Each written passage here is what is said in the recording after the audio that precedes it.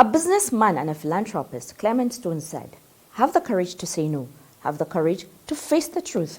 Do the right thing because it is right. These are the magic keys to living your life of integrity." Hello and welcome to another episode of The Eagle. My name is Aisha Muhammad. Thank you for joining us on the program.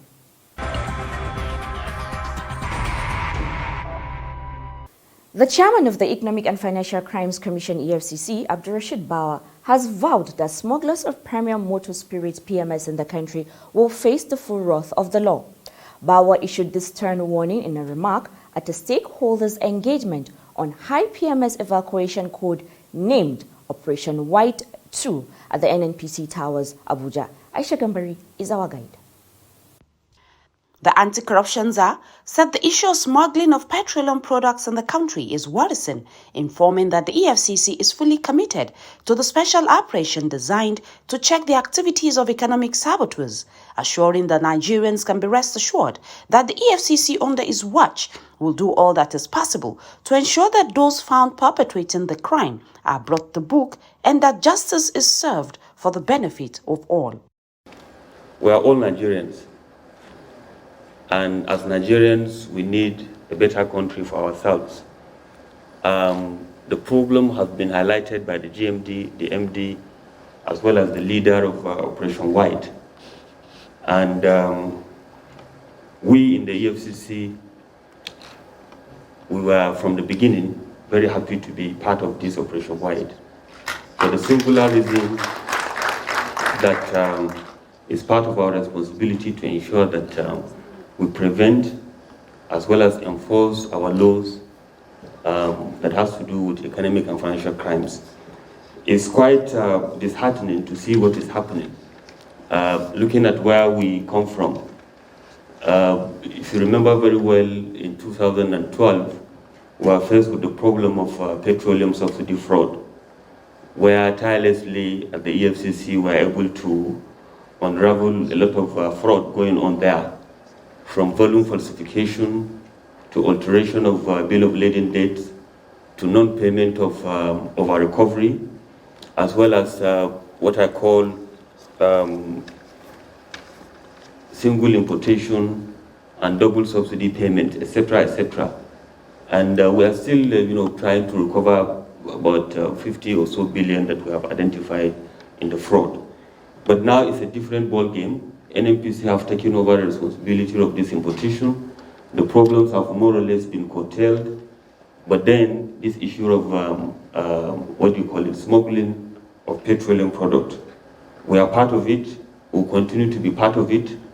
And then, of course, we want to assure all Nigerians that everything that we have to do at the EFCC we will do to ensure that those that are perpetrating this crime, from particularly, of course, your members here, are brought to book and justice is made, for the benefit of all Nigerians. Also speaking, the Minister of State for Petroleum Resources, Timi Priye Silva, said the illegal export of petroleum products out of the country is something that needs to be checked. He said the Operation White 2 was commissioned about a year ago, but he could not ascertain its effectiveness until the EFCC came on board. We must come together as agencies, as security, and as oil industry to ensure that we stop this bleeding, so that at least we can save Nigeria this expenditure, this burdens of subsidy. The Group Managing Director of the Nigerian Petroleum Corporation, NNPC, Kolo Mele Kyari, said the issue of PMS smuggling will no longer be business as usual, which is the major reason why the NNPC invited all stakeholders for the engagement. Kyari stated that President Muhammadu Buhari has mandated the NNPC to do everything possible to stop the menace, and that led to the reason why the EFCC and other sister agencies were invited to join the operation in order to help control the volume. And today we have a different stakeholder on the table, which will make sure that people don't go back to that old methods. Secondly, Mr. President was very clear that the Honorable Minister and myself and other stakeholders must control this, including the security agencies. There is no way we can explain this cross-border smuggling, and I believe that this approach will work, and that with the support of all the security agencies, particularly the Department of State Service and the EFCC, will put this under control, and God willing, the benefit will come back to our country. Aisha Gambari, reporting for The Eagle.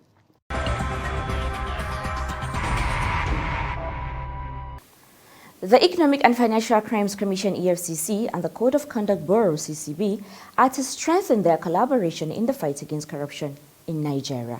Speaking while receiving a delegation from the CCB, led by its chairman, Professor Isa Muhammad, in his office, the executive chairman of the EFCC, Abdurrashid Bawa, promised to assist the CCB in training staff of the bureau in the areas of administration, asset tracing and recovery, as well as forensic investigation. Aisha Gambare again is our guide. The EFCC BAS also offered CCB access to the Commission's forensic laboratory for analysis, pending when it is able to establish its own laboratory. The offer was in response to the request by the CCB chairman, who specifically called for EFCC's assistance in the areas of asset tracing and recovery, forensic investigations, and collaborative investigation. Bawa said officials from the Commission's Academy will visit the CCB to carry out a training needs assessment, which will assist them in designing programs that will suit the needs of the CCB. I'm very happy that we have been collaborating with the CCB for quite some time. I have some memories of that collaboration in terms of training. I remember some years back, the CCB, in collaboration with the EFCC, carried out a series of training of public officials across the federation that comes to our EFCC Academy, for that training. And of course, I believe your members will attest to the fact that there is no agency of government that tends to demand for asset declaration from CCB more than the EFCC. And I thank you very much for that collaboration and assistance which you have been giving to us, for quite some time now. He commended the CCB for a swift response to the EFCC's request for asset declaration forms of politically exposed persons and further appealed that the process be expedited. The EFCC BAS further advised the CCB to explore the possibility of revising the asset declaration form in order to eliminate gaps that are currently being exploited by public officers to withhold information about their assets. To enhance seamless partnership between the two agencies, Bawa requested that the CCB designate an officer who will handle requests from the EFCC. In his remark, Professor Mohammed commended Bawa for the brilliant way he approached matters, adding that they were at the EFCC to collaborate and make sure that the fight against corruption succeeds. Reflecting on the history of his agency as the pioneer anti-graft agency in Nigeria, the CCB chair lamented that despite its age, the organization was the most challenged among the anti-graft agencies in the country in terms of funding. Our purpose of visit is to collaborate and make sure that this fight against corruption succeeds. Among other things, CCB is empowered to administer asset declaration, keep custody of asset declaration, and examine or verify asset declaration. It is also empowered to enforce compliance with Code of Conduct for public officers. So the mandate is wide and the target is definite, is specified.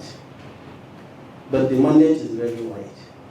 He, however, dispelled the notion that the Bureau was secretive in its handling of asset declaration form of public officers, adding that it has always responded to requests from relevant government agencies.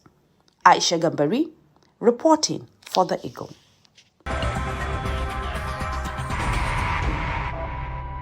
Training and development describes the formal ongoing efforts that are made within organizations to improve the performance and self-fulfillment of their employees through a variety of educational methods and programs. In the modern workplace, this effort have taken on a broad range of applications, from instruction in highly specific job skills to long-term professional development. More and more companies of all sizes have embraced continual learning and other aspects of training and development as a means of promoting employee growth and acquiring a highly skilled workforce. This is the reason the EFCC is open to collaboration with educational institutions in fostering relationship in capacity building. Amina Kawa will take us through visits by some institutions to the EFCC corporate headquarters. Over to you, Amina.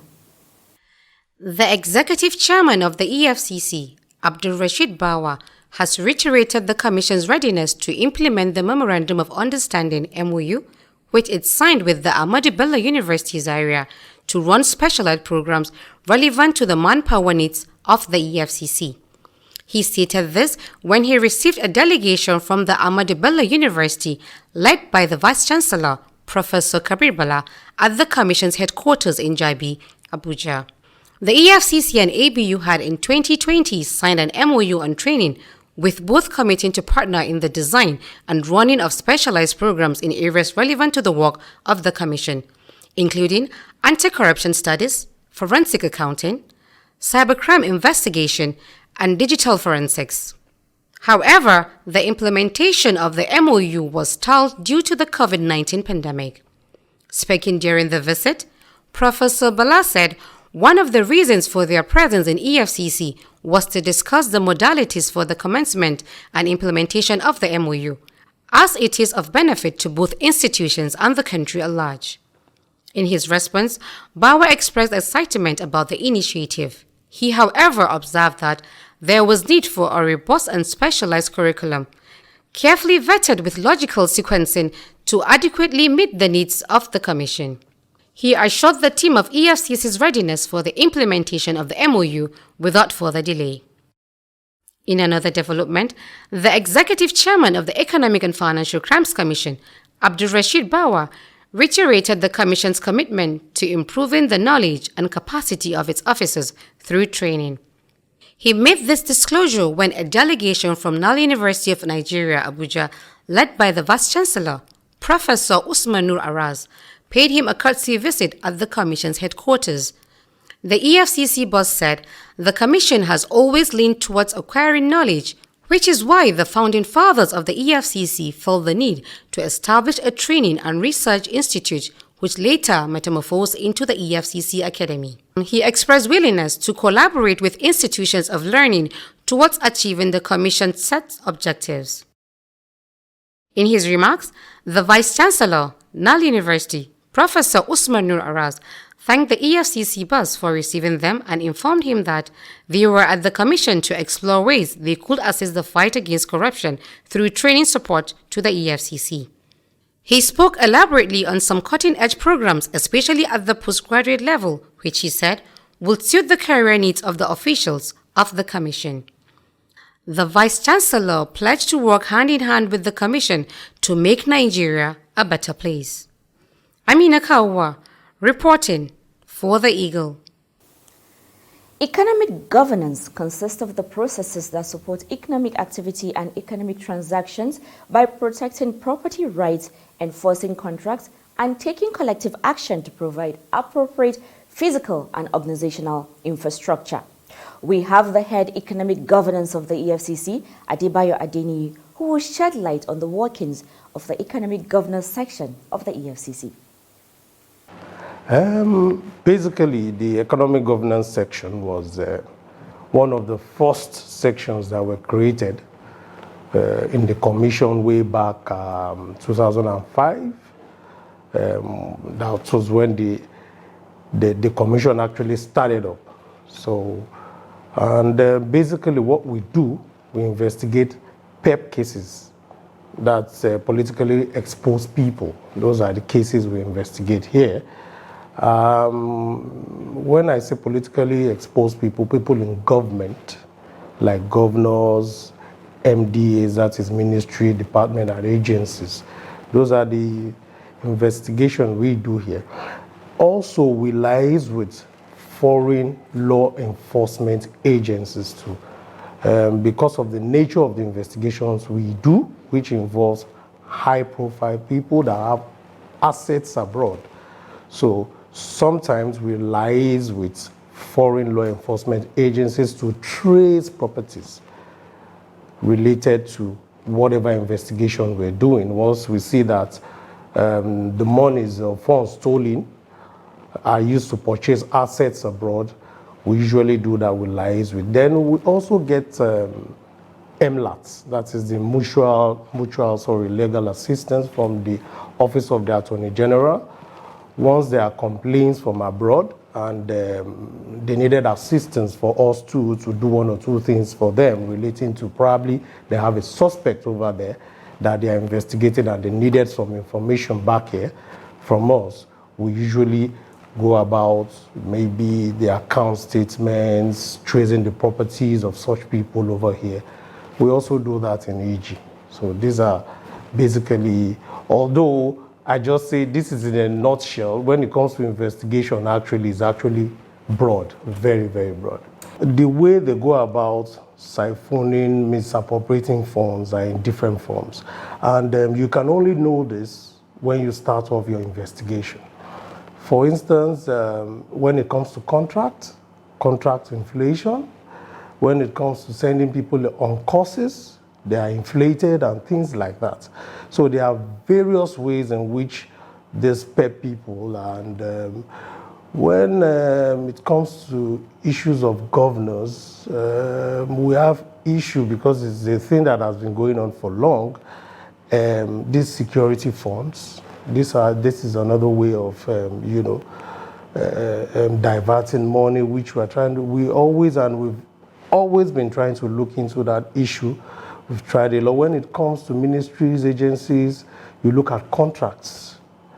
Monies are diverted from contract, processes are not followed adequately, which we try to look into. And in some cases, we try to do some write-ups in order to, also enlighten them on how to go about the processes of giving out contracts.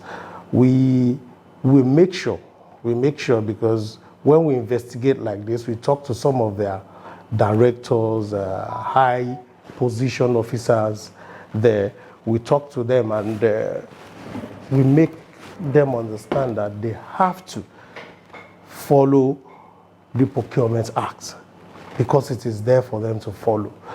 But you see, in most cases, they don't usually follow this Act of Procurement Act. We have to make sure that they do that. So those are the different areas where, investigation, perpetrating all this crime, fraud, there's nothing like rocket science to it. There's no basic thing to it. It is for you to follow what they've done. Nigeria is the only country we have. And I, as a person, sometimes when I look at things going on, the way people perpetrate crime, corruption in public office, it really saddens one's heart. So we don't need much in life. And we should always have this kind of self-satisfaction. And again, for those that refuse to listen, we have to let them know that we are here watching. And I tell you, this new administration is actually here watching. There wouldn't be too much of noise, but there will be action. So people should be careful out there.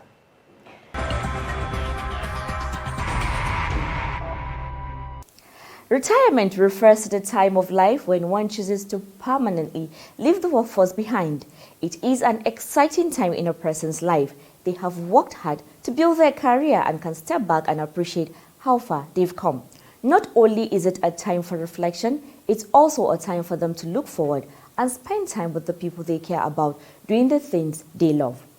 This is why the Public Affairs of the EFCC is sending forth one of its own in the person of Hajia Aisha Lare Musa, who has been in the system for a while and is taking a bow.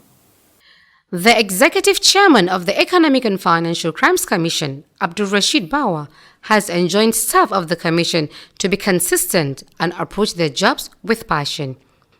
He stated this in a remark at the sent-forth ceremony for Deputy Commander of the EFCC, DCE Hajia Aisha Lare Musa, who is proceeding on retirement, having put in the mandatory 35 years of service.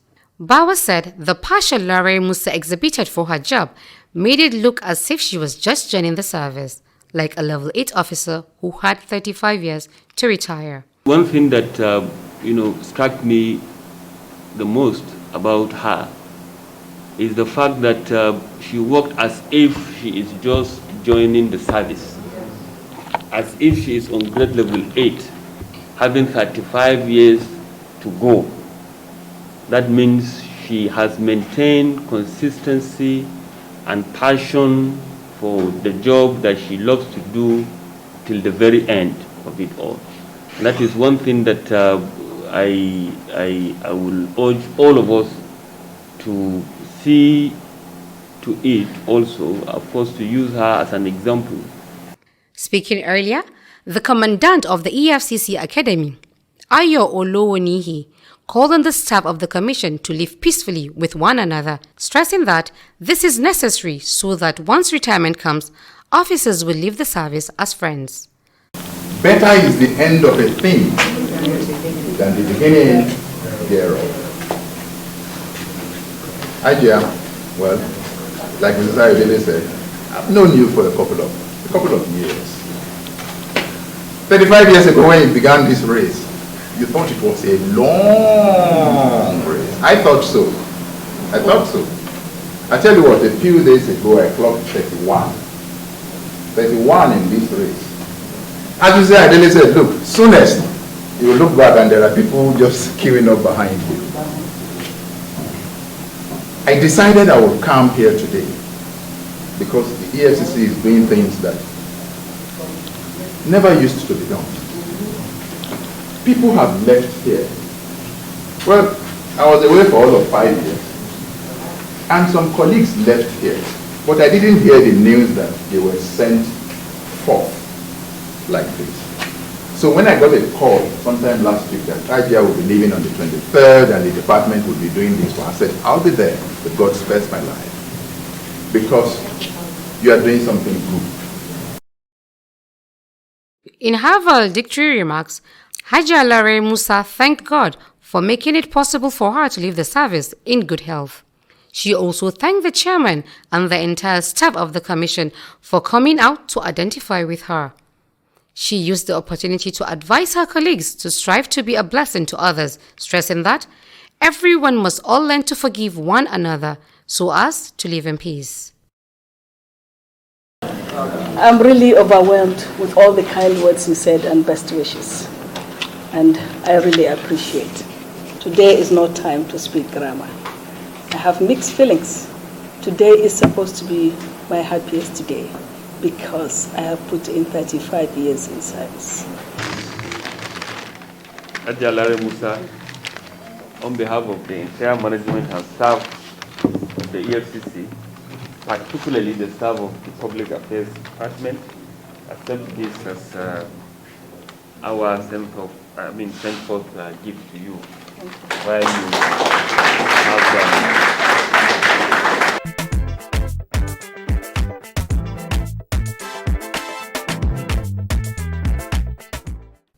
Amina Kawa, reporting for The Eagle. Well, here is wishing Hajia Aisha Lare Musa best of luck in her future endeavors. And that's how we wrap up today's episode of The Eagle. You can kindly send your enquiries and suggestions on anything about the EFCC to the Eagle at efccnigeria.org. You can also search and follow us on all our social media platforms. at official EFCC. Before I leave, here are some parting words from Molly McCord, who said, and I quote, "As you experience changes and breakthroughs, know that integrity, honesty, and truth are the highest vibrating energies to guide you forward. Everything else will fall away. Do the right thing always. See something, say something, and sure the EFCC will do something about it." My name is Aisha Muhammad. From all of us here, it's goodbye. God bless Nigeria, and please be kind to one another.